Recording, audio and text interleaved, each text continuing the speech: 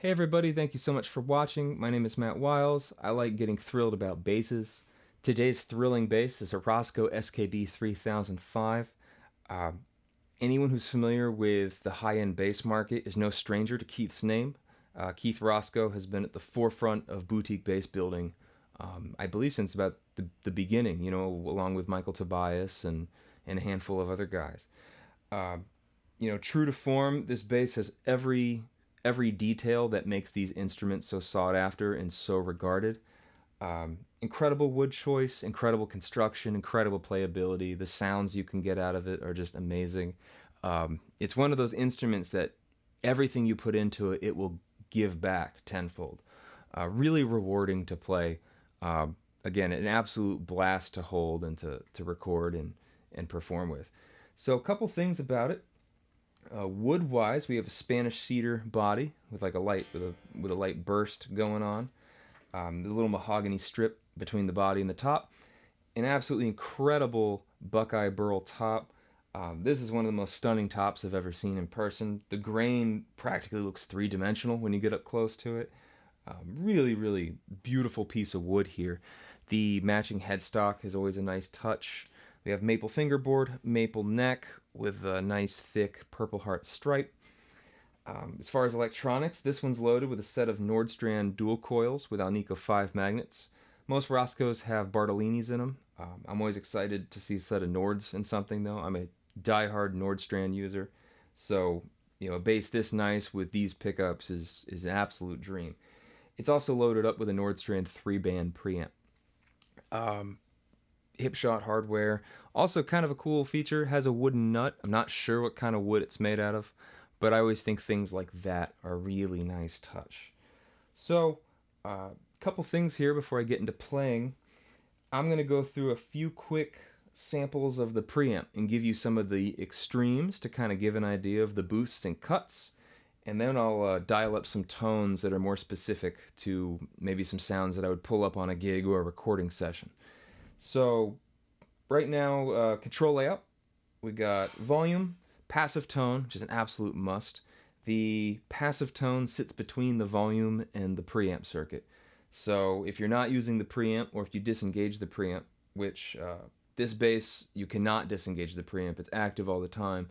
But the cool thing about Nordstrand preamps is they're completely transparent, and when you set them to unity gain with the pickups, it's like they're not even there. And the way Nordstrand preamps layer the frequencies on is incredibly musical. So by far one of the best preamps to have in a bass, in my opinion. So right now, preamp's completely flat, volume's open, tone knob is open, so you can dial in all those classic passive bass sounds with just a tone roll-off without touching the preamp. Mid-wise, I believe it's a push-pull.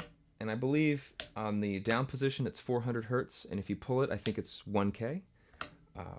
There's a treble at about 5K, I think, and the bass is at 50 Hertz. So all very usable frequencies for boost and cut. Typical blend pot. So here's both pickups on. This is tone wide open. So I'll give you an idea of how the frequencies boost and cut. So here's flat. So I'll start with the mids. I always like to start here. So here's the mid in the down position. So this is about 400 Hertz. So here's like probably a few dBs.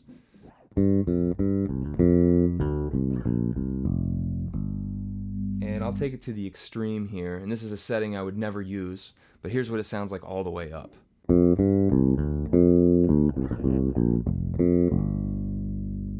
So I'll put that back. I'll cut it. So here's about halfway.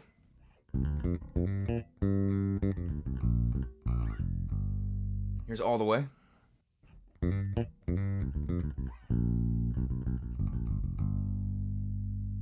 Here is the 1K position. So here's boosted a little bit.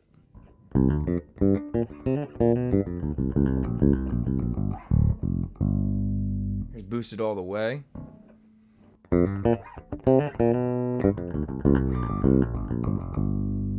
That's one I would definitely never use, but it goes there. So here's the treble. So treble, I'll boost just a little bit, maybe a couple dBs.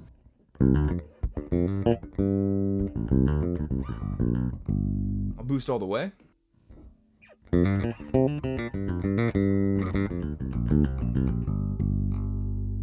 Now I'll cut a little.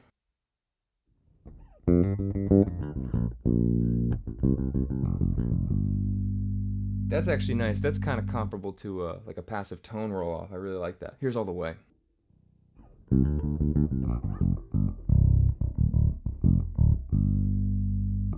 And here's the bass. I'll boost a few dB.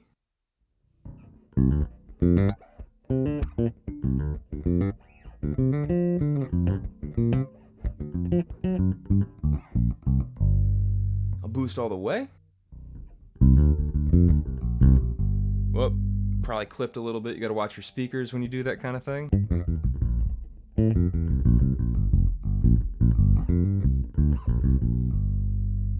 Now I will cut a few dB on the bass. And I will cut all of the way.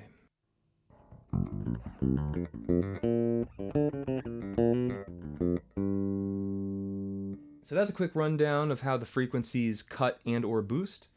Now we'll get into more specific playing examples, pulling up, more practical real-world tones.